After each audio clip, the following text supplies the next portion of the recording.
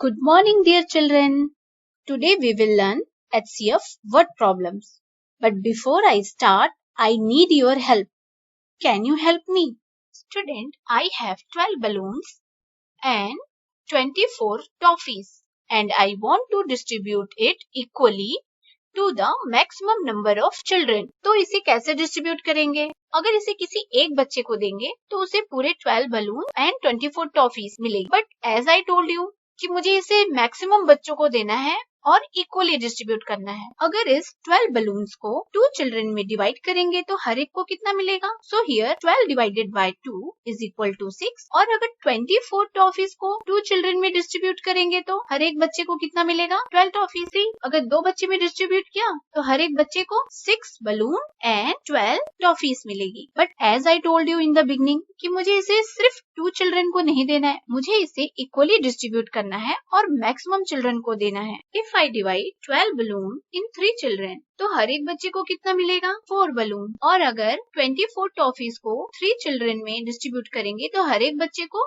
कितना टॉफीज मिलेगा? 8 टॉफीज मिलेगा. सी हियर, अगर इसे 3 चिल्ड्रन में डिवाइड करेंगे तो हर एक बच्चे को 4 बलून मिलेगा और 8 टॉफीज मिलेगी. But still I don't want to distribute these balloons and toffees only in 3 student. I want to distribute it to the maximum number of children. So let us divide 12 by 4. और अगर 4 से divide करेंगे तो हर एक बच्चे को कितना balloon मिलेगा? 3 balloon. And if I divide 24 by 4, then each child will get 6 toffees. If 12 balloons and 24 toffees को 4 children में equally distribute करेंगे तो हर एक बच्चे को 3 balloons and 6 toffees मिलेगी. 3 balloons and 6 toffees. But still I don't want to distribute it only 4 children. तो क्या इसे 5 children में equally distribute किया जा सकता है कि जिससे रिमाइंडर भी ना बचे? So let us divide 12 by 5. और अगर 5 से डिवाइड किया 2 रिमाइंडर बच रहा है. और 24 टॉफीज को अगर 5 चिल्ड्रन में डिस्ट्रीब्यूट किया 5 4s are 20 एंड 4 रिमाइंडर बच रहा है इसमें भी. इसका मतलब हम इसे 5 चिल्ड्रन में डिवाइड नहीं कर सकते हैं क्योंकि 2 बलून्स बच जा रहे हैं और 4 टॉफीज बच रहा है. बट मुझे कुछ भी बचाना नहीं है, मुझे इसे इक्वली डिस्ट्रीब्यूट कर देना है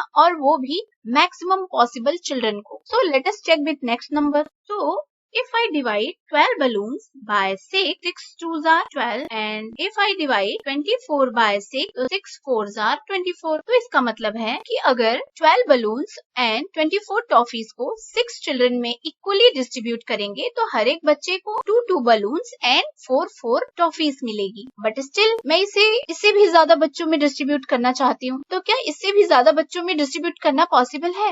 लेट्स चेक. अगर हम इसे 12 बलून्स को 7 बच्चों में डिस्ट्रीब्यूट करें तो 7 2 जा 14 बिग हो रहा है. 7 1 जा 7 एंड 5 रिमाइंडर बच जा रहा है. तो इसका मतलब अगर इसे 7 स्टूडेंट में डिवाइड करेंगे तो हर एक बच्चे को 1 बलून तो मिलेगा लेकिन 5 बलून बच रहा है. And as I told you कि मुझे कुछ भी बचाना नहीं है, सब डिस्ट्रीब्यूट कर देना है इक्वली. और अगर 24 टॉफीज को 7 चिल्ड्रन में इक्वली डिस्ट्रीब्यूट किया तो 7 3s are 21. यहाँ पर भी हमारे पास 3 टॉफीज बच जा रही है. तो इसका मतलब है कि अगर हम इसे 7 चिल्ड्रन में डिस्ट्रीब्यूट करेंगे तो मेरे पास 5 बलून्स और 3 टॉफीज बच जाएगी. पर मुझे बचाना कुछ नहीं है. इसका मतलब अब हम 7 से डिस्ट्रीब्यूट नहीं कर सकते. तो क्या इसे 8 से कर सकते हैं? तो 12 डिवाइडेड बाय 8, 8 1s are 8 क्योंकि 2 टाइम्स में ये बिग हो रहा है. And here we have 4 remainder and 24 को अगर 8 से डिवाइड करेंगे तो 8 3s are 24. रिमाइंडर नहीं बचा. So student here if I distribute 24 toffees among 8 children तो हर एक बच्चे को 3 टॉफीज मिलेगी. बट 4 बलून्स बच जा रहा है. As I told you in the beginning कि मुझे कुछ भी बचाना नहीं है. तो इसका मतलब है हम इसे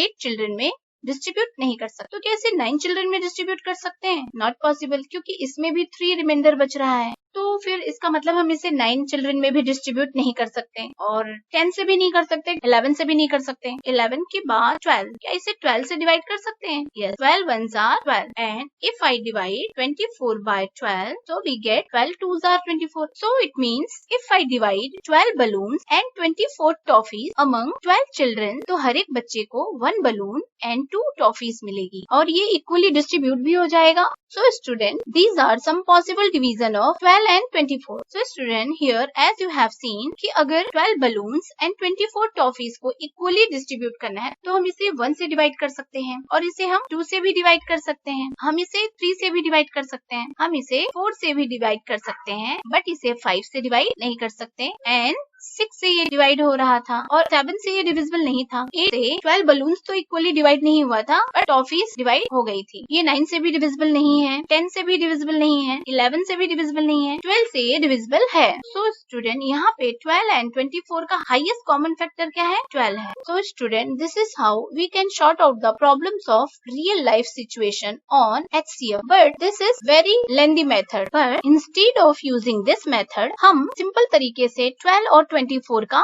फैक्टर्स फाइंड कर लेंगे और उसके बाद उसका कॉमन फैक्टर फाइंड करेंगे। उसके बाद जो सबसे बिग नंबर होगा वही उसका HCF होगा।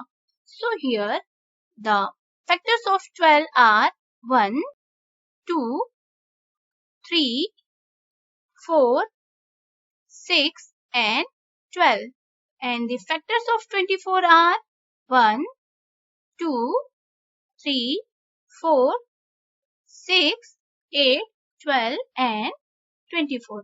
अब इसमें कॉमन फैक्टर्स क्या है? 1, 2, 3, 4, 6 and 12, जैसा कि हमने पहले ही देखा था। सो HCF of 12 and 24 is 12. Thank you. Bye-bye. Take care.